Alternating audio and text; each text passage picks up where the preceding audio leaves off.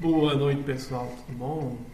Então, hoje vamos falar um pouquinho de um tema mais específico, vamos falar de teosofia, né? Mais especificamente da sociedade teosófica, teosofia de Helena Petrovna Blavatsky, né? E do Coronel Olcott, né? Então, essa teosofia que foi se desenvolvendo, que acrescenta tanta coisa, é pouco falada, né? Muitas vezes no meio esotérico, ocultista, a gente ouve alguma coisa, só que de um modo um pouco erudito, pouco acessível, muitas vezes, né? Apesar de se citar muitas vezes a Bíblia, né? Fazer paralelos com a Cabala, né? Uma série de situações muito legais. Teosofia, como o nome diz, significa sabedoria divina. É, não seria bem a Helena Blavatsky uma porta-voz, seriam os Mahatmas, né? Esses homens ou mestres, né? Iluminados, liberados, que passariam seu ensinamento. Então, apesar da Blavatsky ter obras grandes, né? Volumosas, como Doutrina Secreta, né? Que acho que é 6 volumes, o próprio Isis Sem Véu, que é uma obra volumosa também. Muito disso a obra ela dizia que foi ditada, né, ou inspirada diretamente por esses guias espirituais, né? Então seria meio parecido quase com a questão de uma canalização ou, né, a questão espírita também tem obras assim, né? Até existe uma carta aos dos Mahatmas, né, que ela foi escrita no papel e é inexplicável, né? Ele fica dentro do papel a tinta, né? Então foi feito perícias, na época acharam que era fraude. E agora em 1990, por aí, se descobriu, 94, que não era fraude, né? Não tem fraude, né? Então a questão a Blavatsky foi muitas vezes injustiçada. É muito interessante que ela critica um pouco do espiritismo, também principalmente no começo, né? É o espiritismo das mesas girantes, aquela coisa toda, né? Que ficava meio que uma coisa mais de fenômenos que hoje a gente pode explicar por paranormalidade, outras coisas. Ela já criticava isso na época, né? Comunicações e umas certas coisas assim, né? Ela esteve envolvida também com o espiritismo no começo. Mas, como se diz, teosofia ela tem muita influência indiana, né? Muito oriental, hindu, né? Desse hinduísmo muito esotérico, né? Muitas coisas dela, até alguns falam que são parecidas com o budismo esotérico, né? Alguns termos e tudo mais, né? Mas de grande interesse é porque fazem estudo, por exemplo, de religiões comparadas. Então, no material de teosofia, você vai ver cristianismo, judaísmo, cabala, filosofia grega, tudo misturado e tudo com os ensinamentos secretos, né? Aquele ensinamento de uma doutrina secreta mesmo. Né? Por isso que eu falo que o ocultismo tem em muitos lugares, né? Não é uma situação, por exemplo, anticristã ou anti alguma coisa, ou de grupos muito rebeldes, né? Nem sempre. Não, nos grupos religiosos mesmo tem o ocultismo, né? O que nós podemos diferenciar de misticismo, que é um caminho um pouco mais leve, né? Então tem inúmeros autores da teosofia. Eu lembro que eu sempre tinha uma grande biblioteca, né, online, você acha muitos textos, né? Desde Annie Besant, você acha Krishnamurti, Bailey, né? Então os autores muito legais, né? Matt,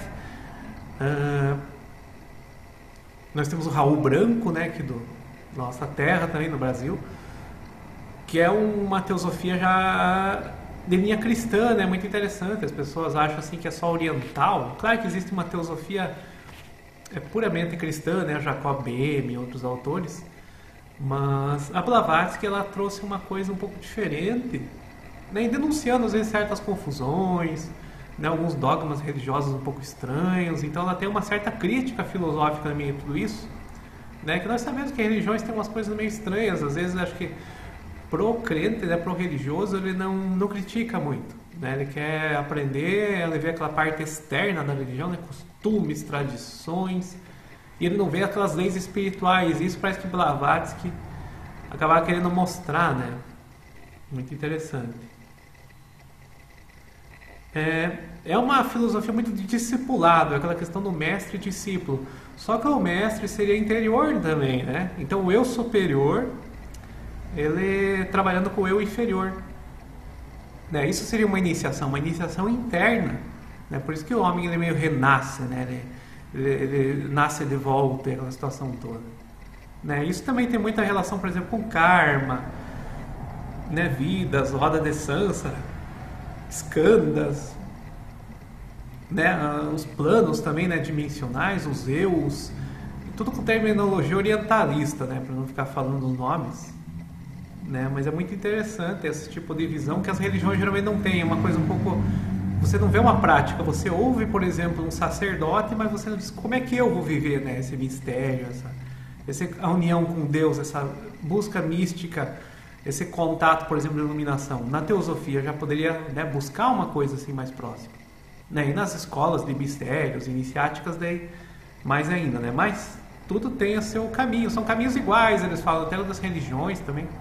Né? Todas elas levam, né, ao Criador. Né? Então tem até um lema até que eles falam: não há religião superior à verdade. Né? Isso está em muitas capas até de livros de teosofia, né? Ou contracapas ali, né?